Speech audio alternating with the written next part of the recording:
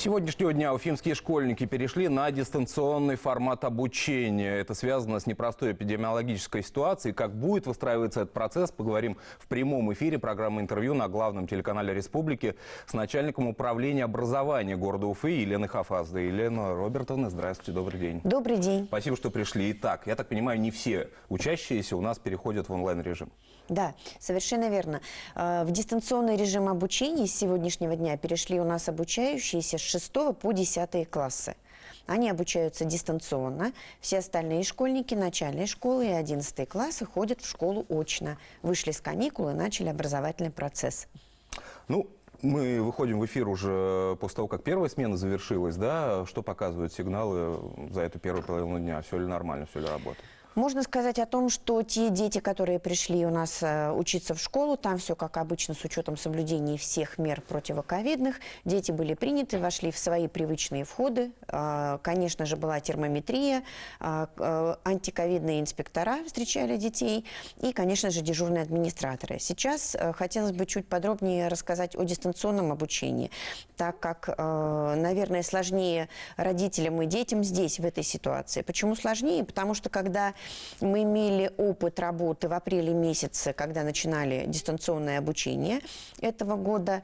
Этот опыт показал, что не все дети могли спокойно подключаться через те ресурсы, которые используют школы, входить в онлайн-формат проведения урока. Но Уфа имеет уже достаточно большой, богатый опыт работы в этом направлении. Мы используем такие каналы, как YouTube, Skype, Zoom. Используются программные платформы такие как АИС образование, такие программные комплексы, как Я-класс или учи.ру. То есть нашим учителям и детям эти ресурсы уже известны. Весной мы опробировали дистанционное образование, и сейчас самое главное – это нашим детям вовремя подключаться в онлайн-формате к проведению урока. Для этого составлено расписание уроков, доведено расписание пока вот на ближайший день.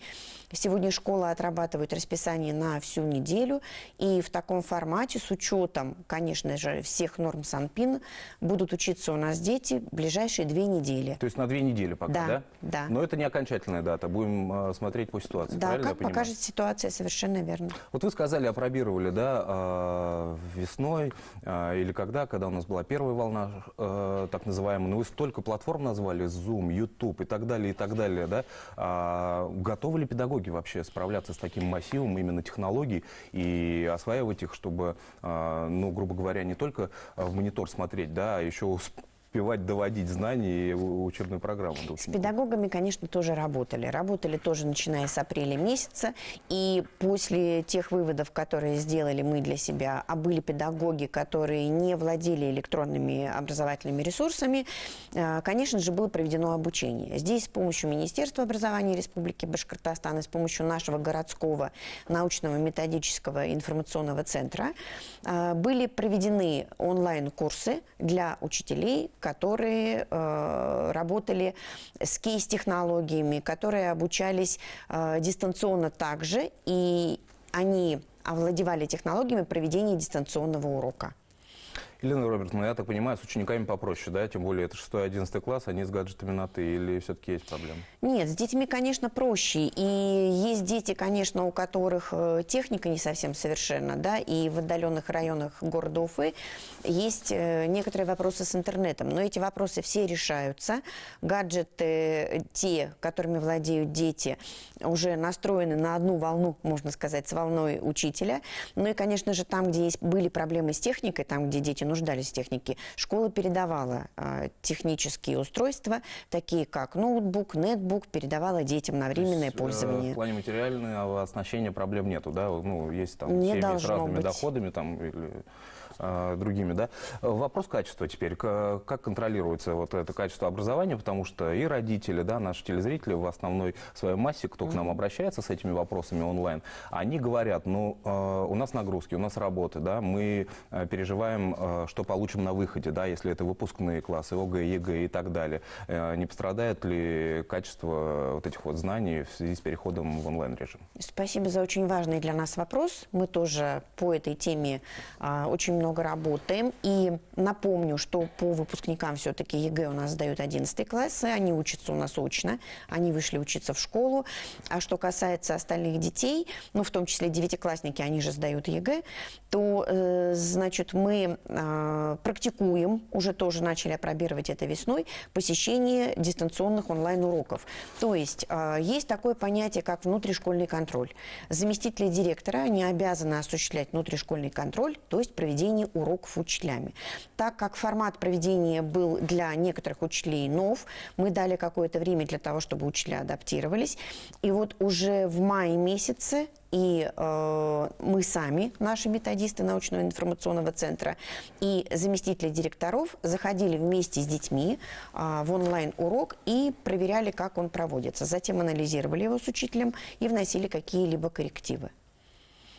Давайте немножко от онлайн формата перейдем к офлайн. Да? Детишки у нас пошли, причем самые маленькие, малыши, да, продолжили обучение в первом полугодии. Скажите, пожалуйста, если вдруг что-то случается, да, у кого-то подтверждается, там, не знаю, там, термометрия и так далее, какие-то вот у одного из учеников появляются признаки, да, какие-то заболевания, да, что делать остальному классу, педагогам, какие-то формуляры есть наверняка на этот счет? Вот давайте возьмем сегодняшний пример. Сегодня в одной из школ города у одного пятиклассника выявили температуру при входе, при утреннем фильтре. Да. Этот ребенок отводится в специальное место, изолируется от всех остальных детей, приглашаются родители для того, чтобы забрать ребенка. Если родители в это время на работе, законные представители, до того времени ребенок находится в изоляторе. Ну, так называемый изолятор. Ну, это просто комната, наверное, в школе, отведенная, да, отведенная специальная комната при входе, для того, чтобы далеко ребенка не уводить. Далее, школа обязана сообщить в Роспотребнадзор о том, что выявлен ребенок с температурой, и Роспотребнадзор передает эту информацию в детскую поликлинику. Таким образом, ребенок и семья берутся на контроль. При выявлении заболевшего ребенка родители сообщают, также информируют школу самостоятельно, то есть через классного руководителя родитель может позвонить и сказать о том, что у ребенка температура, и сегодня ребенок остается дома. В таком случае, опять же, школа обязана сообщить в Роспотребнадзор. Только по решению Роспотребнадзора, то есть по выходу их постановления, может закрываться отдельный класс на карантин. То есть все дети отправляются на удаленку. Получается, что Роспотребнадзор выдает школе постановление, что, например, 5 Б-класс уходит с завтрашнего дня на карантин, то есть переводится на дистанционное обучение. Но это уже, я так понимаю, крайние меры. Да, это уже основываясь на формулярах Роспотребнадзора. Вот вы сегодняшний пример привели, да, просто ребенок изолируется, да, потом с ним проводится какая-то работа, да, выявляются какие-то признаки, да, а класс продолжает обучение. Конечно, конечно, и все нормально. Верно. Да? У нас ведь новшество было такое, да, я не знаю уж, как их назвать, инспекторы, либо какие-то омбудсмены. В школах сидят и студенты-медики, и педагоги, да, имеется в виду помимо штатных медиков.